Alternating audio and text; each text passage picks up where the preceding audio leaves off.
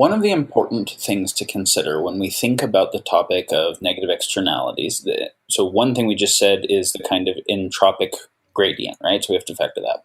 Another key thing is the topic of weaponization. Yep.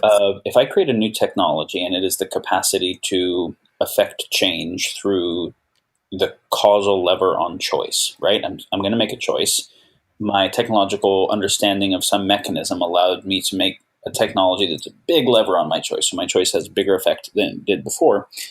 Well, that same technological capacity can be a lever on lots of kinds of choices, right?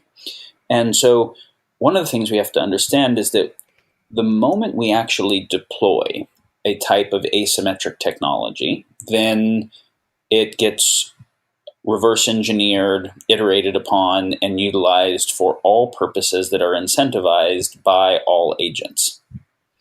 And so I just had some guys talk with me the other day about an AI project they were working on of how they could use some AI information technology that was novel. They just developed to get out some type of what they thought were positive political agendas to solve some current near-term problems. And I'm like, and you don't think that the other sides that have as much incentive and pretty good intel will pay attention to the new technology you have, reverse engineer it, and utilize it for the other purposes instantly? And they thought about it, and they're like, well, I guess that will happen.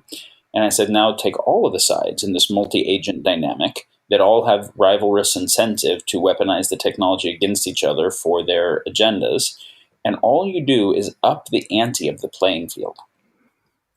And so nukes didn't actually make us safer. It seemed like they made us safer, but we actually have increased risk of existential risk from nuclear warfare relative to a world that had just never developed nukes. Yeah. Right? And so this is the multipolar trap, where each agent doing the thing that seems like it provides, and whether the agent is a person or a country or a company or a whatever, each agent doing the thing that seems like it's best for what they care about in the near term actually leads to a system disposition that is worse for the system as a whole over the long term.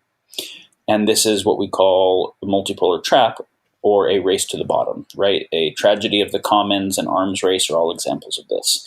And with exponential tech, we have an exponential race to the bottom type scenario. So one thing we can say is, in terms of goals or necessary criteria of system design, design constraints, is that we have to solve not just for some multipolar trap, but categorically for the class of multipolar traps.